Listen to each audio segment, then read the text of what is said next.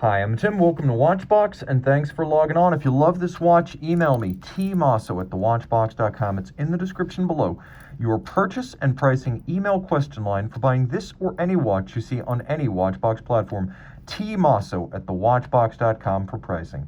Today, we are discussing a watch made between 1999 and 2003. This is the first generation Vacheron Constantin Overseas Chronograph, the 49140, 40 millimeters in stainless steel. This is where it started.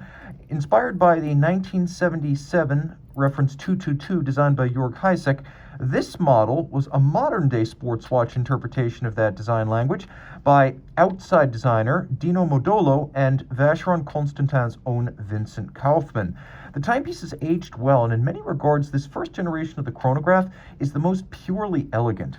It's 40 millimeters in diameter by 12.6 millimeters thick. If you measure it lug to lug, it is 45.6 millimeters, but end link to end link is the better way to measure it across the wrist, and that is 51.5 millimeters, and that gives you a better sense of the span of the watch across your wrist. It fits better than many of the integrated bracelet sports watches on the market.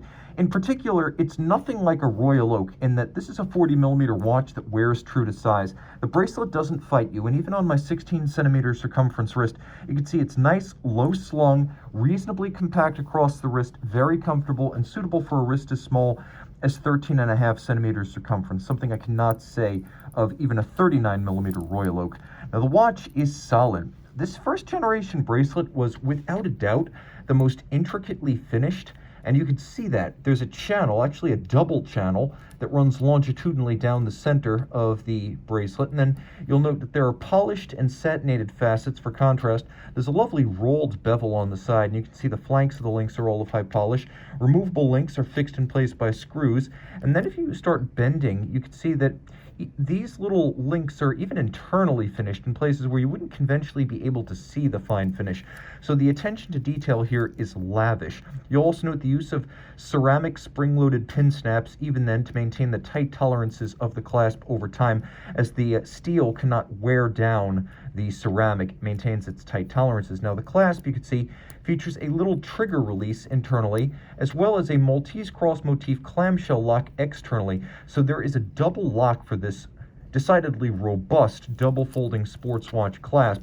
Rolling back to the case, you can see that the bracelet, and if you choose, strap, fit to the case using screws and bars, so no spring bars here. This is a more expensive, upscale, and secure method of construction.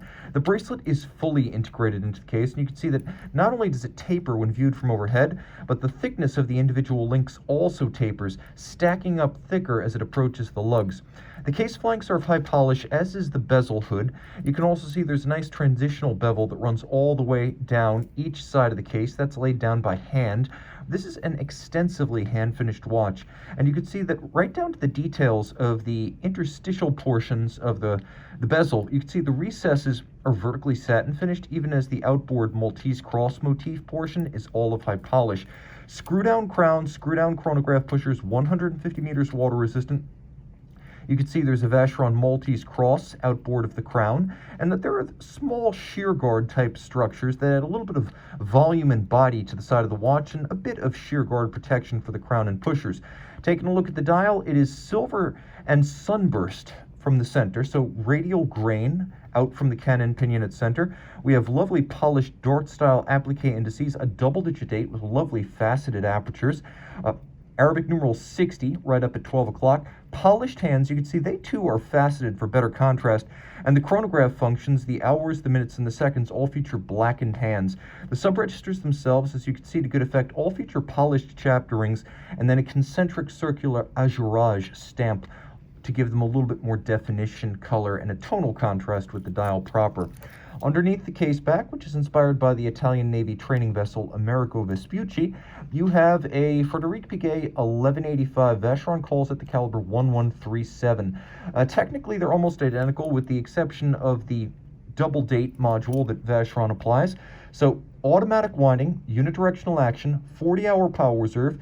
It beats away at 21,600 vibrations per hour. It pivots on 37 joules. It does not feature hacking seconds, but it does have a quick set date. It is a full integrated automatic winding high horology chrono with a vertical clutch engagement system so that the chronograph seconds hand always starts smooth, and a column wheel function selector so that the feeling is always crisp under the finger. You'll also appreciate that with the vertical clutch you can leave the chronograph running full time if you so choose. And it is a handsome watch front and back. You'll note polishing, chiseling, radial grain, and circular satin all on the reverse side of this watch, which is finished in gorgeous high horology fashion manually. Reach out to tmosso at thewatchbox.com for purchase and pricing details. And we're back with the Overseas Chrono in steel by night.